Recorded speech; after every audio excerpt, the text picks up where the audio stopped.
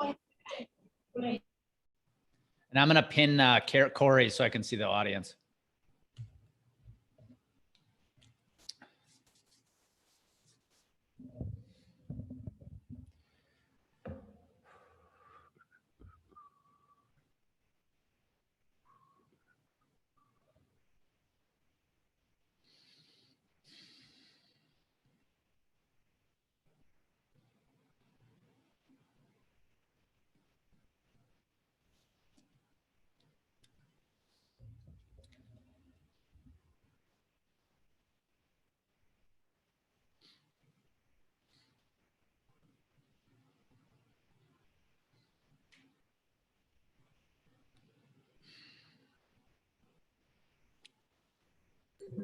Okay, you're going up on the big screen.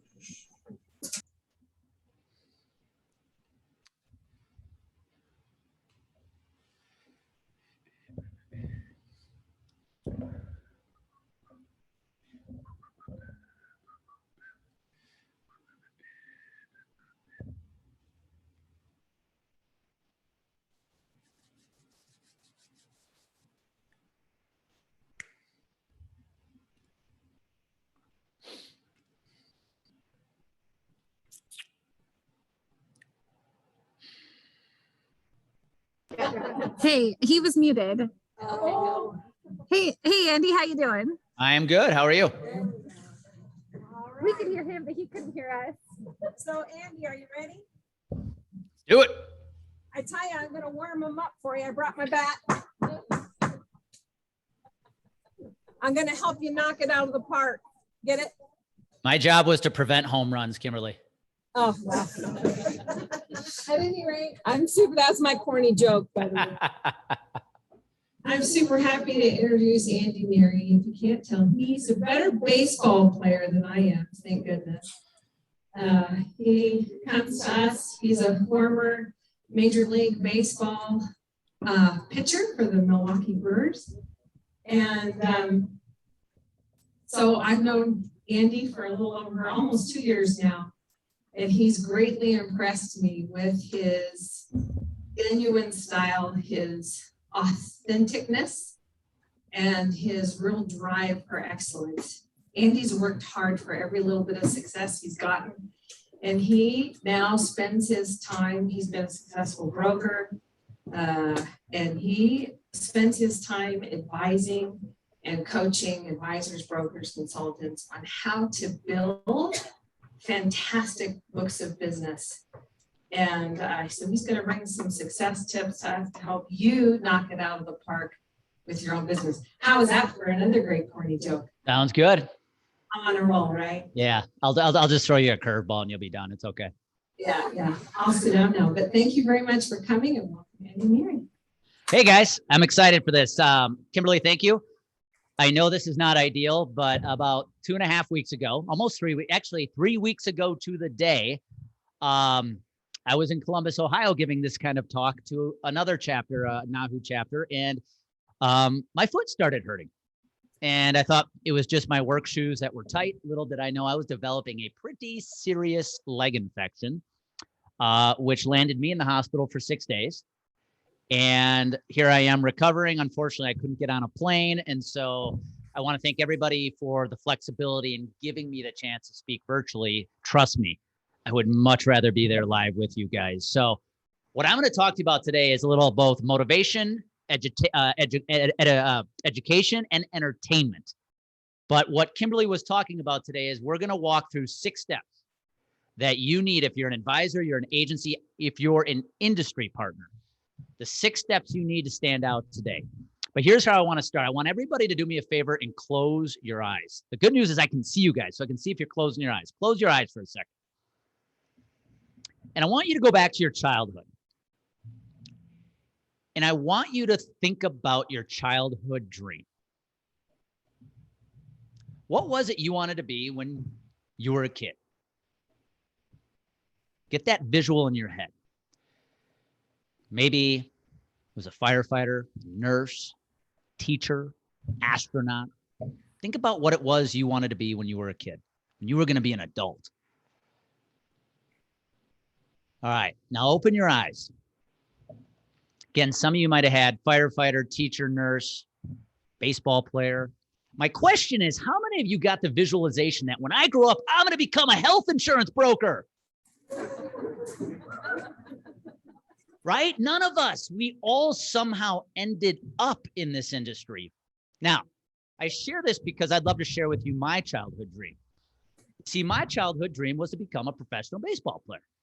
I grew up in a baseball family. My dad was a good college baseball player, not great, but he turned his college baseball career into a great high school coaching career. He was the head coach for 35 years in my hometown. I played for him, and he's now one of the winningest coaches in Wisconsin state history. So I grew up in a house where I had the mentorship, the skills, the knowledge I needed to become a really good baseball player.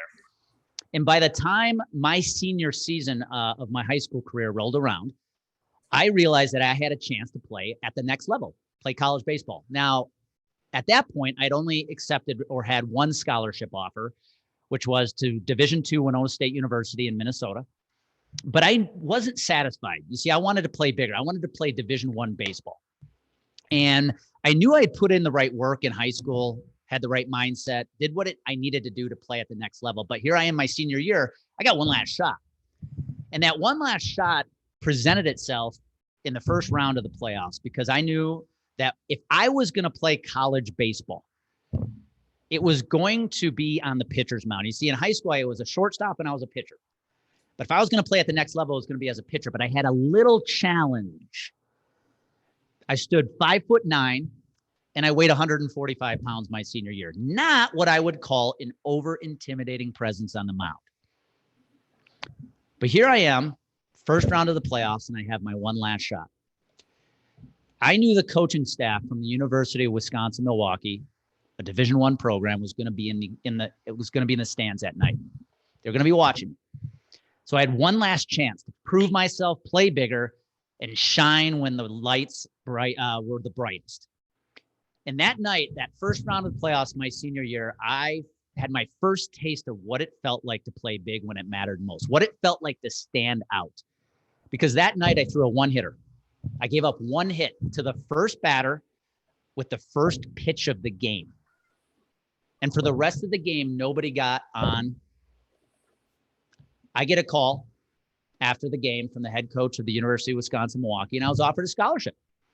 So within one moment, one day, here I was about ready to go play Division II baseball up in Minnesota, and now I have the opportunity to play Division I college baseball at the University of Wisconsin-Milwaukee. Now, my first 2 years at UWM weren't very good.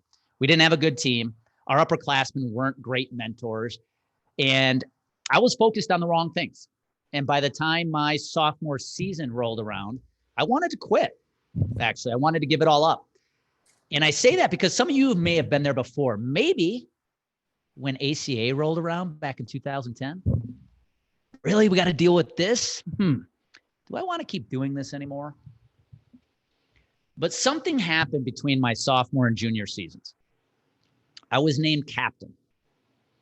And I knew that despite the fact I had no confidence in myself in the moment, my teammates did. And getting this opportunity to serve as a captain of the team made me step up. And the final 2 years of my college career, I was focusing on the right things. I went back to honing in the craft of being a better pitcher. I worked on all the drills, worked on all the right things in the weight room. And by the time my senior season rolled around, I gave my chance to play big yet again and play at the next level by signing a contract to pitch with the Milwaukee Brewers. Now, I wish I could continue telling you amazing stories of how this 5'9", 170-pound pitcher at that time overcame the odds and made it all the way to the major leagues. But that is not what happened. You see, while I was pitching in the Milwaukee Brewers organization, I was pitching for the Helena Brewers. And when I got to pro ball, I got away from everything that made me successful.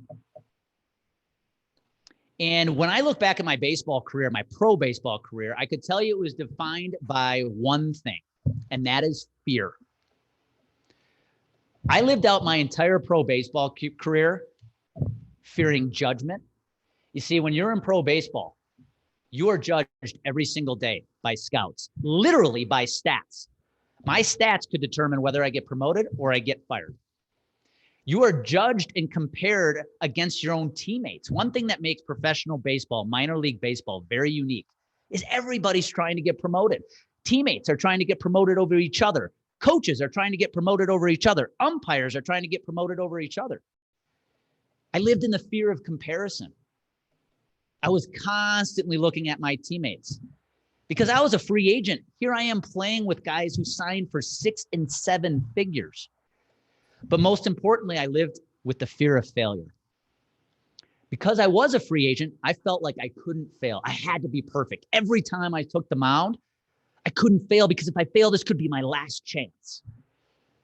In fact, I'll share a story with you that really defines my pro baseball career. As I said, I was pitching for the Helena Brewers at the time. We used to play the Idaho Falls Padres. But this trip, we were taking over McDonald Pass from Helena into Missoula, Montana. It was our first trip over to Missoula to take on the Missoula Osprey, who were an affiliate of the Arizona Diamondbacks at the time. And during the bus ride over to Missoula, our coaching staff had warned us that the crowd in Missoula gets pretty rowdy. University of Montana's there. It's summer, school's out. College students love coming to the game, drinking a bit too much, and they love to make every home game or every away game a nightmare for the opposing team. So here we are. It's Friday night, and I'll never forget this first game because, number one, it was hot and humid, which is kind of rare for that part of the country, as you know. There was a beautiful orange-red sunset setting over the mountains because there were wildfires burning around Missoula. And the stadium was filled. There were about 6,000 people in the crowd. And that night, our starting pitcher was terrible. So bad that by the third inning, call comes down to the bullpen. Get Neary up, get him loose. So I jump up, grab my glove, my ball, stretch out my arms and my legs, and I start warming up. I don't think it was more than 10 throws later. Here I am jogging into the mound right into this loud, obnoxious, drunk crowd. So I get to the mound, I grab the ball from Dan Norman, the Helena Brewers manager, and I look to the Osprey dugout to see who I'll be facing right away. And it's a guy named Andres Torres, who was one of the top prospects in the Diamondbacks organization at the time. So I'm psyched, right? Like, here's my chance to prove myself again. Just like I did back in high school, just like I did my junior and senior year at college. This is my chance to prove I belong. So I start warming up. And as I start warming up, the crowd starts chanting. And little by little, the chanting gets louder. And after my third warm-up pitch, I now can hear what they're chanting. How can you pitch when you're 5'6"? How can you pitch when you're 5'6"? And in that moment, something happened. You see, you would have thought I would have used that as fuel to get jacked up. But instead, I said, yeah, who am I? I mean, I'm 5'6" or 5'9", not 5'6". I'm a free agent. I'm not a top draft pick. I don't have an overpowering fastball. What right do I have to stand on this mound and face a guy like Andres Torres? Because I'm average. You may have felt that way in your career once in a while, that you don't belong, that you shouldn't be winning. You're just average. And that defined my pro baseball career because I just wanted to fit in. I didn't want to stand out. And that is a quick way in Major League Baseball, minor league baseball, to get cut when you just are fitting in. You don't stand out. No one sees you. And like I said, when I look back at my baseball career, it was defined by the three fears: the fears of judgment, the fears of comparison, and the fear of failure. And I share that with you because that is exactly what I am here to talk to you about today. We work in an industry now where there are more advisors, more partners to the industry than there have ever been, which is awesome. But at the same time, it is harder to stand out than it has ever been. And even though you think you're different, I'm willing to bet your broker or your prospects aren't saying the same thing. They're viewing you as, oh, just another health insurance broker. And when you're not putting any effort in to stand out, nobody can see you. And so today, what I want to talk to you about is how the heck you're going to stand out. Again, whether you're a producer, you own an agency, or you're a partner to the industry. Today, it is about standing out. You have to grab attention, and not just any attention. You have got to grab the right attention. So what I'm going to talk to you about today is 6 things, 6 steps that you can take to start building a brand message your prospects love. Because when you do that, they're going to love you, you're going to stand out, and it's going to be a heck of a lot easier to do business. Now, before we get there, we need to make a couple mindset shifts that I want to talk about. The first one is, yes, marketing. You see, if you are going to win business today in this industry, you have got to have a better marketing plan. It wasn't that long ago, I worked for an insurance agency that had a partner, an owner that literally said to me one day, "We don't need marketing." Now, this is an advisor that started his business back around 1982, built a great practice, but if you really look at how much he has written in the last 5 to 6 years, here's the punchline. Not much. Why? Because he doesn't market. No one knows who he is. No one can see him. The second mindset shift we have to make is you cannot be all things to all people. You'd be surprised how often I ask an advisor, "Who is your target audience?" And they tell me, "Anybody willing to say yes to me?" You have to know exactly who you're going after, and you have to develop a marketing message for that specific prospect. Go narrow and then spread that message far and wide, and that is the formula of success. And I'm going to teach you how to do that. And this is my last mindset shift and my favorite. Be the almond milk. Now you're like, "Okay, dude, what the heck are you talking about?" For most in the room, go back to your childhood. You remember going to the store with mom and dad? And you go down the milk aisle. What were our options 30 years ago? Milk, 1%, 2%, whole, and then this thing called skim came around. But at the end of the day, it was an aisle full of milk, milk, milk, milk, milk, milk, milk. That's how we look to our prospects right now. Broker, broker, broker, broker, broker, broker, broker. But then one day you went down that aisle and you're like, "Whoa, almond milk, what is this? I got to try this." And since then, what do we have? Oat milk, cashew milk, almond milk, you name it. We've soy milk, we've got everything. But the point is, that first time you saw almond milk, you said, "Whoa, that's different. I need to try that." And that is how you need to be viewed as an agency. That is how you need to be viewed as a producer. "Whoa, what's that? That's different. We need that." So how the heck do we do it? Well, let me fast forward for you in my business career to a story that redefined my entire career and is actually the precipice, the foundation of what I do today. You see, in May of 2014, Amy and I decided we were going to move to Colorado. I'd spent my entire career, heck, my entire life in the state of Wisconsin. We moved out to Colorado in 2014, and I found myself in a little predicament. In fact, here's my first professional photo with Vogue Bell on the left-hand side there in 2014.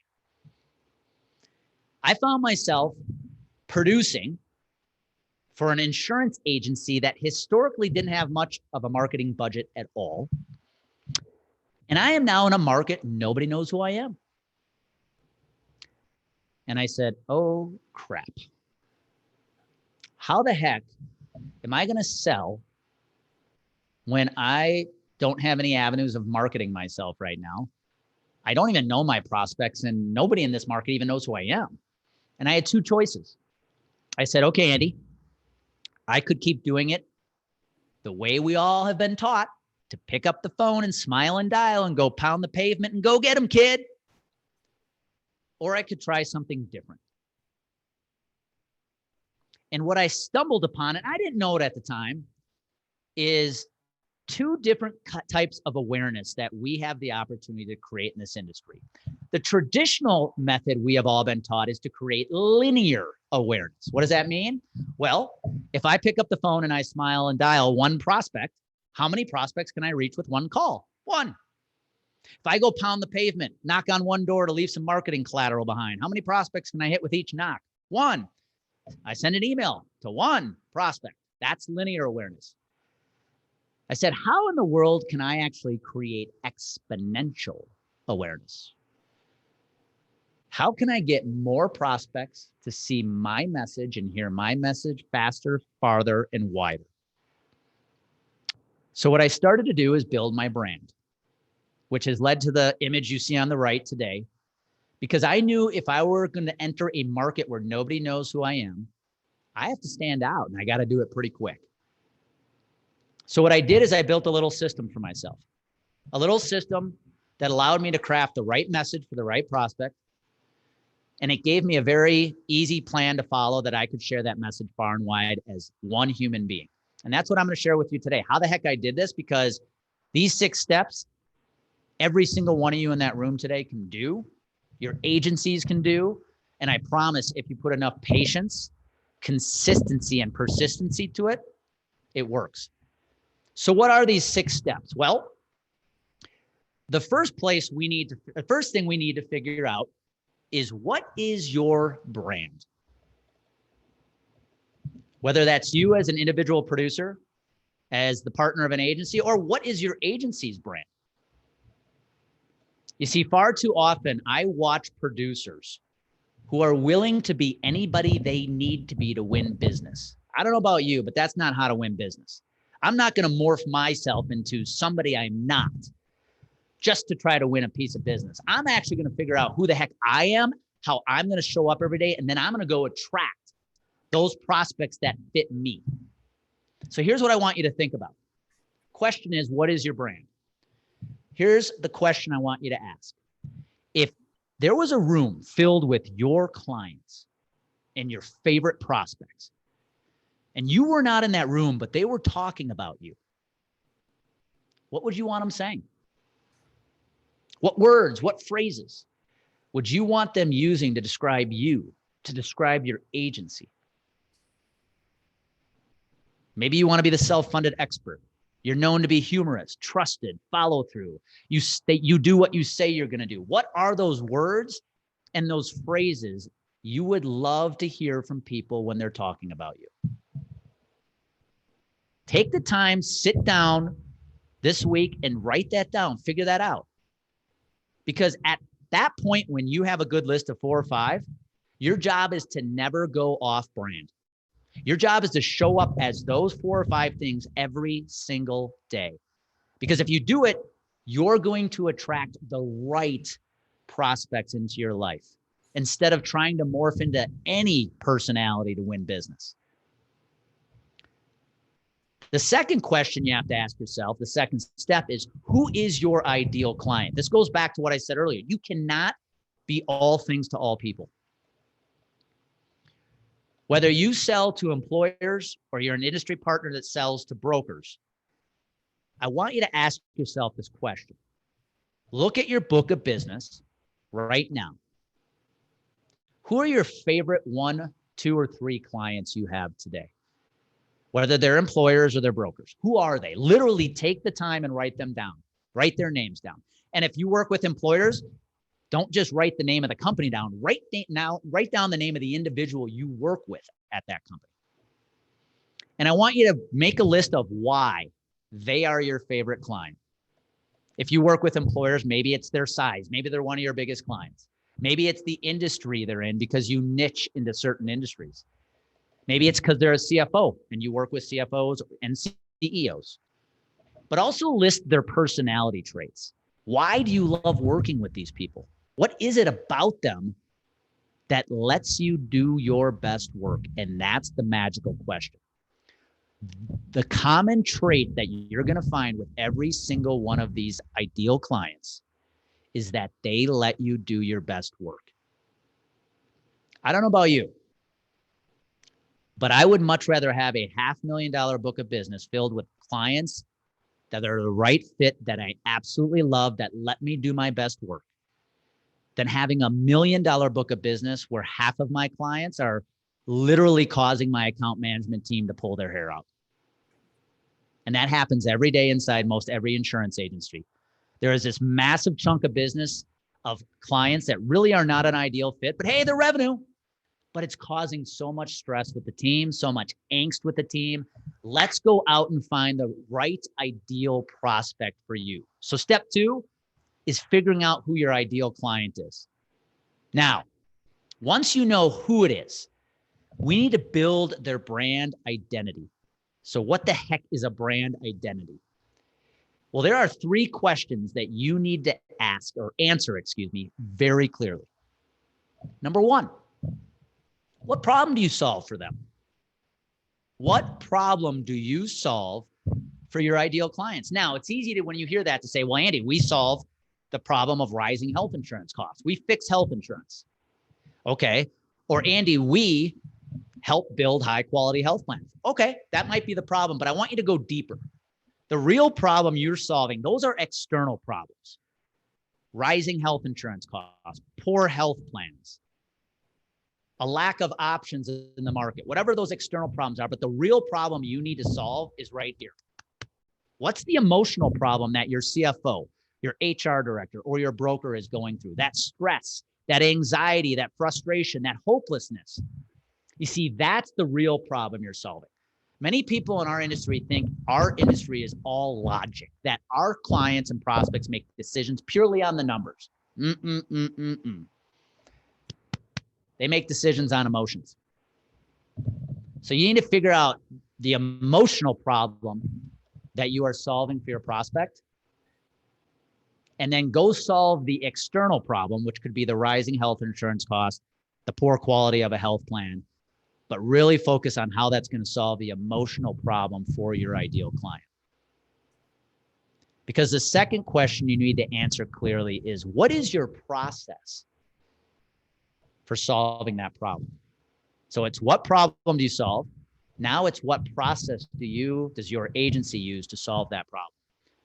If I were to ask you, take me through the 4 steps that you walk your prospects and clients through to help them have success, what are they? I believe I'm willing to pressure you that they're there. You just may not know it right now, but you need to define the steps that you take people through to have success. And here's why this is important. This is the game changer. So many advisors spend their time recreating the wheel with every prospect. Instead, if you and your agency actually created a process, a step-by-step process that you take your prospects and clients through, what happens is you're no longer reaching out to get interviewed by prospects. You're actually reaching out to the prospect to see if they're a fit for your process. It is a completely different way to view the market. So sit down and go, let's look at our most successful clients and what are those 3 or 4 things we've done for them that has created the success. And let's go rinse and repeat that process for all of our prospects. Which leads to our final question you need to answer inside the brand identity. What's the result you create when they go through your process? What does the destination look like? If they used to be hopeless, now they're hopeful. If they used to be stressed out and frustrated, now they're happy and confident. What is life look like for that client now that you are in their life? You see, once you figure out what problem you solve, you figure out the process you take clients down or prospects down to help them have success, and then you can clearly show them what the result will be when they go down the process. What you have done is you have started to develop the brand story. Now, most of us in the industry spend all of our time reading industry-related books, right? Dave Chase's CEO's Guide to Building a Better Health Plan. I'm saying that the wrong way. I was a contributing author to Breaking Through the Status Quo. But I'm going to tell you one of the best books you could ever read for your career is a book called Building a Story Brand by Donald Miller. It is hands down the best book I have ever read on how to become a better storyteller. Because your job as an advisor, once you know your prospect's brand identity, is to become a storyteller. And here's how you do it. It's really simple. This formula has been used in storytelling for 2,000 years. And it's the same formula Donald Miller talks about in his book. There's a hero, your prospect, who has a goal, but there's a challenge keeping him or her from the goal. So therefore, they need a guide, you, who has a plan, a process that is going to help them have success and avoid failure. Every piece of marketing that comes out of your website, your agency, your mouth should be telling that story. Don't tell me about the products you sell. Don't tell me about how great your agency is or how long you've been around. Tell my story. Tell my story. And if you tell my story, you've got me. So look at your marketing and see, does it talk about you or does it tell your prospect's story? Because once you start transferring how you market with the message around storytelling, guys, your marketing, your prospecting, your sales will take on a whole new life of its own. So the third step is understanding what your ideal prospect's brand identity is and putting that story into a format that allows your prospects to jump in that story.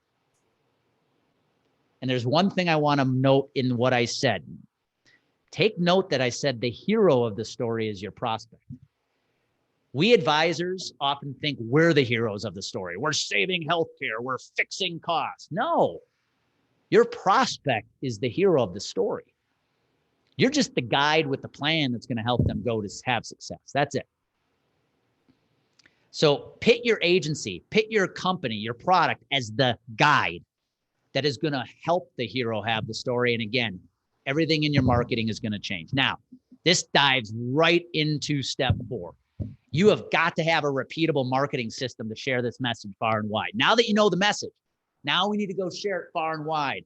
And I talk about what I call the 5 pillars of awareness. The 5 pillars you can use to create that exponential awareness I talk about. First pillar, centers of influence. Now you may go, okay, Andy, we all got centers of influence. I've got the CPA, the financial planner, the attorney that brings me business. Yeah, I know. But do they know who your ideal prospect is? Do they know the problem you solve for them, the process you use? Take the time to go share that message with your COIs, because then they're going to know exactly what kind of prospect to bring you. Instead of just sending you anybody because you're the health insurance broker they send some business to. No. They know exactly who your ideal prospect is. So the first pillar is your centers of influence. The second pillar is my favorite, social media. And this is where I get so much pushback because I still have advisors today that tell me social media is a waste of time. I know agencies that still block their producers from being able to use LinkedIn. You are literally blocking your producers from growing their business. Because what we have to remember is despite our views of social media, if your prospects are there, you need to be there too. And we have to remember that the buyers that we have been used to selling, that 62-year-old CFO, that 57-year-old HR director, times are a-changing. That CFO is now 38. That HR director is now 29. Guess where they are? They are all over social media. And the number one platform you need to be on is LinkedIn. If you're selling business to business, whether it's employers or brokers, you need to be on LinkedIn. And I'm going to do a workshop in a little bit to show you how to leverage LinkedIn effectively. Now, for anybody in the room, here's a little golden nugget that sells group or individual or Medicare. You need to be on Facebook. If I were selling Medicare today, I would spend all my time doing Facebook videos, putting a little ad money behind them, like $20, because now I can target geographies, age groups, demographics, because guess who is the number one age group on Facebook today? 55 to 70-year-olds. Because they're all looking at pictures of their grandkids. So why not make Medicare educational content for them? Because guess who they're going to buy their Medicare from? You. That's a great way to stand out if you're a Medicare advisor. But for everybody else who's in the business to business world, LinkedIn is where you need to be. And like I said, I'm going to do a workshop for you in a bit. Now, that's the second pillar. Third pillar, emails. Have a good email campaign strategy. Instead of sending out the boring newsletters every agency sends out where they pull something from Xywave or the latest legislative update from Washington, D.C., Tell my story. Write stories in your emails, your prospect stories. I promise your emails will get more open rate. They'll get better engagement if you just focus your email campaigns on telling the story. The fourth pillar is webinars. Have a good webinar strategy. Whether you run them quarterly, monthly, I don't care. Create webinars that bring value to your prospects. And then the fifth pillar is what I am doing right now for you, public speaking. If you're not afraid to take the stage, I am telling you, this is the number one prospecting weapon you have. Why? One, your competition's too afraid to do it. But two, when you're on stage, you have the undivided attention of your ideal prospects for the time you're speaking. There's not a more effective way to get your message in front of the right people than standing on stage and talking to them. Now, the magical sixth pillar I don't always talk about is your website. I want everybody today that's sitting in this room to go back tonight and look at your agency's website or your company's website if you're an industry partner. And here's the question I want you to ask yourself as you read it. Does your website talk to your prospect, or does it talk all about you? You see, there was a day and age when our websites were designed just to be a landing page so you could learn about us. We were founded in 1983. We're the preferred partners of all these carriers. The times have changed. Your website needs to tell the prospect story. Now, here's why these 6 pillars are so important. Remember what I said about exponential awareness. If I can get the right message in front of my centers of influence on social media, in good email campaigns, webinars, and the ability to do it on stage, I can get that message in front of tens, hundreds, even thousands of people at once. That's a lot more fun than picking up the phone, one prospect at a time. Guys, I built this entire marketing plan for myself 7 years ago because I hated cold calling that much. I wanted to avoid it at all costs. So I said, what can I do so I don't have to do that? And that's the 4th step, guys. This is probably the best thing you could do for your agency right now is figure out how to create that repeatable marketing system, because you have to pair it then with a repeatable sales system. Once the right prospects come into your life, do you have a rinse and repeat process that takes them from the first meeting to your final proposal that puts you and your producers in the best position to win every single time? You're not going to win them all, but if you bring the right prospects in to your pipeline because of your marketing plan and you pair it with a repeatable sales plan, sales system, you will close more business with less prospects because you're going to be talking to the right people more often.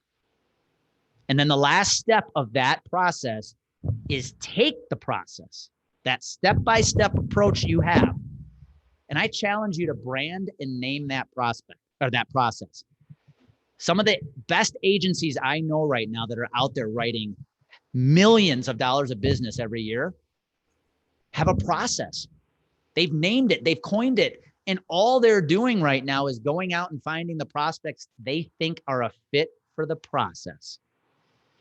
And now what they're selling is no longer products. They're not selling medical and dental and life and vision and Medicare. No, they're selling a process. Because remember, they know the problem they solve. They know the process they use to solve it. They know the result they create. So now it just becomes a game of bringing the prospects into the process to see who's a fit. So if you do anything as we head into the 4th quarter, I know it's going to get very busy for you guys. Take the time to think about these 6 steps. What's your brand? Who are you? How do you want people talking about you? Let that come through in all of your communication. Number 2, who is your ideal client, your ideal prospect? Go narrow. You can't be all things to all people. What is their brand identity? What is their message? What's the problem you solve? What's the problem, the process you use to solve it? And what's the result you create? And then once you know that message, how are you going to share it far and wide using the 5 pillars of awareness? COIs, social media, emails, webinars, and public speaking. Could be doing podcasts these days. And then once the right prospects come in, what's your repeatable sales system? Get it down pat, brand it, name it. And now all of a sudden you're an agency who is just out selling this amazing process you have. If you can get there, you are going to write more business faster from less prospects. Your broker, your advisors, closing ratios are going to go up. You're going to have the agency you've always dreamt of because you have the right message for the right audience now. And instead of being this vanilla ice cream cone that so many agencies are, you are that hot fudge sundae that everybody wants to dive into. Be different. Everything about you should say you are different. You know you are, but now it's time for your prospects to say the same thing. Now, before I close, anybody has any questions? My email's there. My phone number's there. You can connect with me on LinkedIn. I'm on Instagram. I'm on Facebook. I've got a podcast, Bullpen Sessions with Andy Neary, coming out with a second podcast, The Daily Changeup. But if you want to contact or connect, guys, let's connect. But with the few minutes I have left, here's how I want to close. Today, it is about standing out. As I said earlier, there are too many brokers, too many partners to the industry right now for you to just feel like you can fit in. It's harder to win business today than it was 10, 15 years ago. And I feel the same when I look back at my baseball career. You know, did I have what it took to make it all the way to the major leagues? I don't know. I have no idea. But the reason I failed wasn't because of my skill or my ability. I just didn't give myself a chance. Why? Because of my mindset. I feared judgment. I feared comparison. And I feared failure more than anything. And I share that with you because if you truly want to be different. Now, if you're somebody who's 3 to 5 years from retirement, take what I just had to say for a grain of salt. But for everybody else, if you want to be an agent, an agency of the future, you have to stand out. And to do that effectively, who cares what anybody else says? Don't fear the judgment. Don't compare yourself to any of your peers. In fact, in our industry, I'm going to urge you to look at your peers and run the opposite direction. And last but not least, do not fear failure. When you are attempting to do things differently, not everything's going to work. Try something else. But I promise you, if you take these 6 steps and you actually put them into practice and you do everything you can to be, act, and look different, not only will you have an agency that stands out, not only will you be building a message for the right prospects, but the best reward in doing this is you'll actually have the right prospects reaching out to you. So with that being said, guys, I want to thank you. Kimberly, we still have a few minutes. I am more than happy to answer any questions, but guys, do everything you can to take these 6 steps, run with them, build that agency of the future, build that personal brand, because that is how you guys are going to stand out in 2021 and 2022, moving beyond. Thank you, guys. Andy, you're fresh. You're a hot fudge sundae. Anybody have questions for Andy?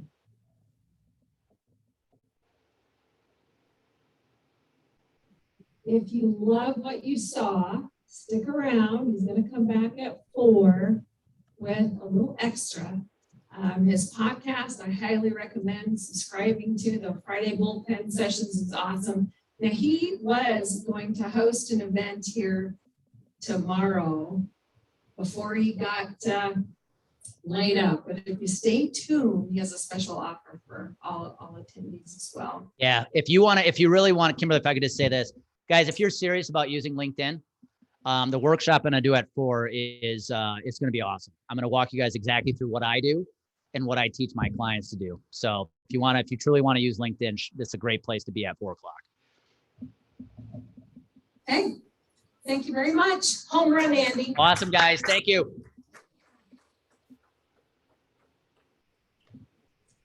Okay, so we're going to take a break until about 3 o'clock.